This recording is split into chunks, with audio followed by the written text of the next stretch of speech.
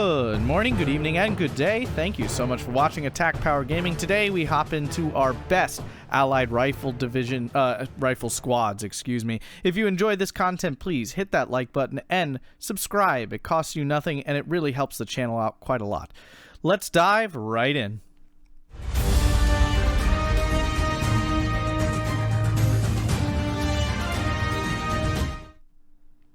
All right, so here we are with our 6 best Allied rifle squads. So this is literally if you go to the armory and you go to the tab, the search tab, you go down to allies and you choose rifle squads, and commando rifle squads actually denoted that way by the game.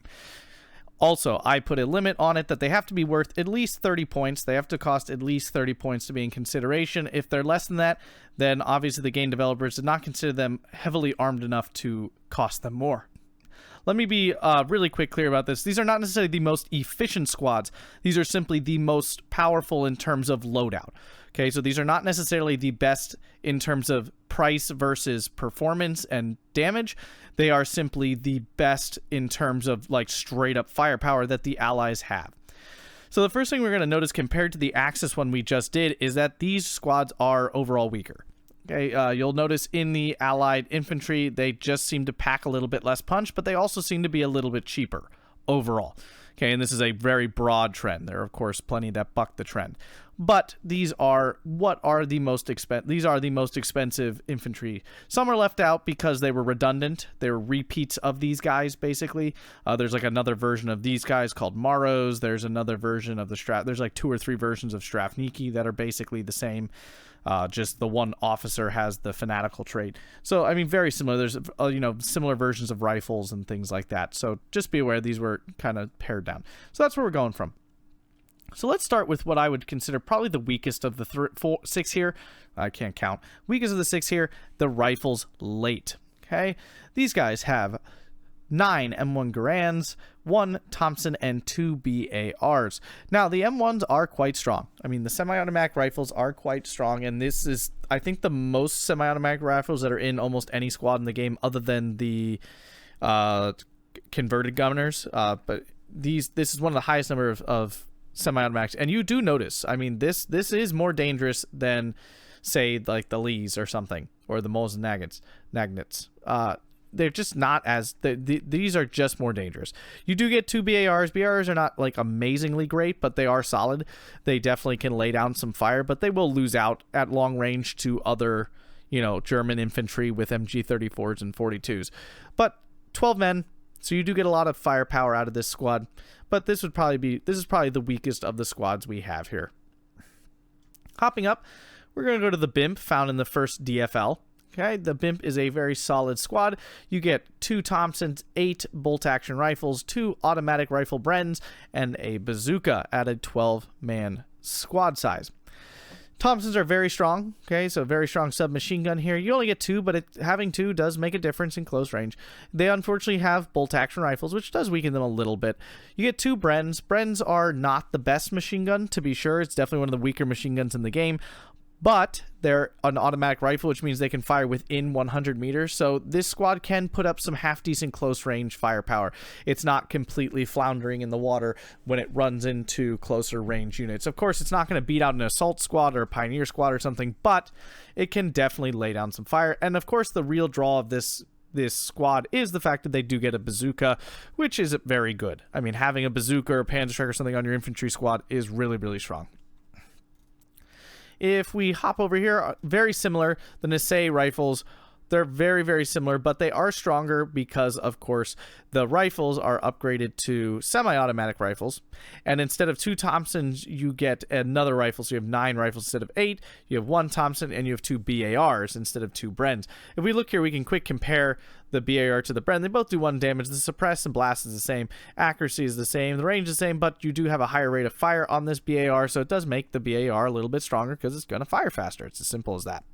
Note that both of these weapons, though, very solidly lose out to the German machine guns. You can see here, here's an MG34. It's got lower accuracy, but it fires so much more quickly. This tends to suppress you more quickly than this does. It also has a higher suppress, the MG34. Anyway, continuing on the Nisei rifles, they also have the bazooka. So this is a very strong squad, still 12 men. It's a very strong squad, a solid upgrade to the BIMP because, again, of these semi-automatic rifles. And you can see that it's just straight up better than the rifles late because you have the same loadout with a bazooka. So, it's just, and it's fanatical. I mean, that's always nice. That means that they will not surrender. They have to literally be killed completely to get rid of these guys off of the map. Now we get into the tougher to say which is better kind of categories. Probably next is the Maori here. Also another fanatical squad. Only 10 men, though. Still solid size, but not anything special. 12 is definitely better. You get 2 Thompsons, 2 MP40s, 4 rifles here, and 2 MG34s. Solid close range damage because you have 4 MP40s. Solid long range because you have 2 MG34s. Not great at that 500 meters because these rifles are a little bit lacking. So you end up with this kind of like weekend squad. And this is always my issue with this sort of squad here. Their firepower is too split. If you get really close in range to use these, you can no longer use these. If you're far enough away to use these, you can't use these. So it's like this weird... It's never using all of its firepower. You're literally never getting a full squad. I'd actually probably put these below the Nisei rifles and the BIMPs because you just don't get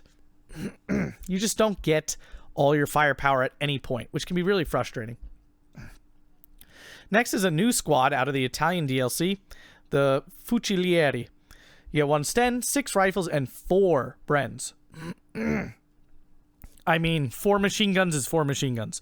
We saw it with the Axis division, the one squad, the Boots Erzachtung had 3 MG42s.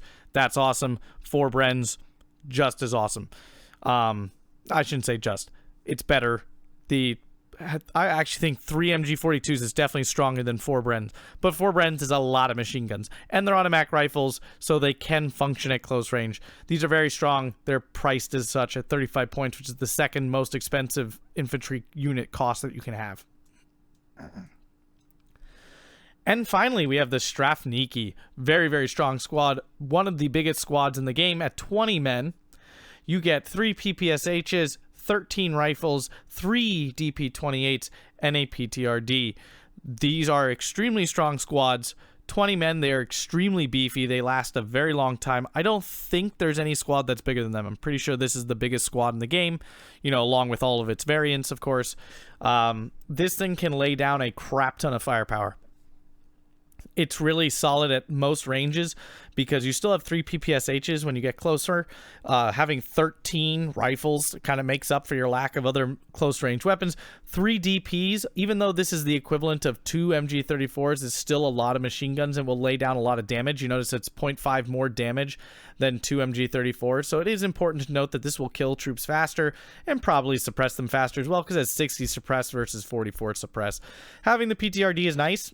The anti-tank rifle is definitely useful. Protects the squad from armored cars and half-tracks and things like that. Don't expect it to kill a tank, but it is definitely useful to have. So this is probably the strongest of all the squads here, just due to its pure size and amount of firepower it can bring to bear. But this will probably still lose against something like a Fallschirmjäger. So overall, the Allied rifle squads just tend to be a notch down in terms of power compared to the Axis one. So don't expect to go blow for blow at 500 meter range against most stronger Axis infantry divisions. You're often going to lose because your guys just don't carry the same pack and punch that they do, but they tend to be a little bit more efficient for their price. That's kind of the trade-off you get.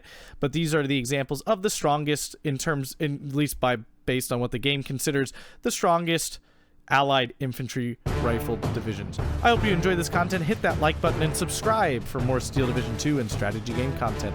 Have a fantastic day.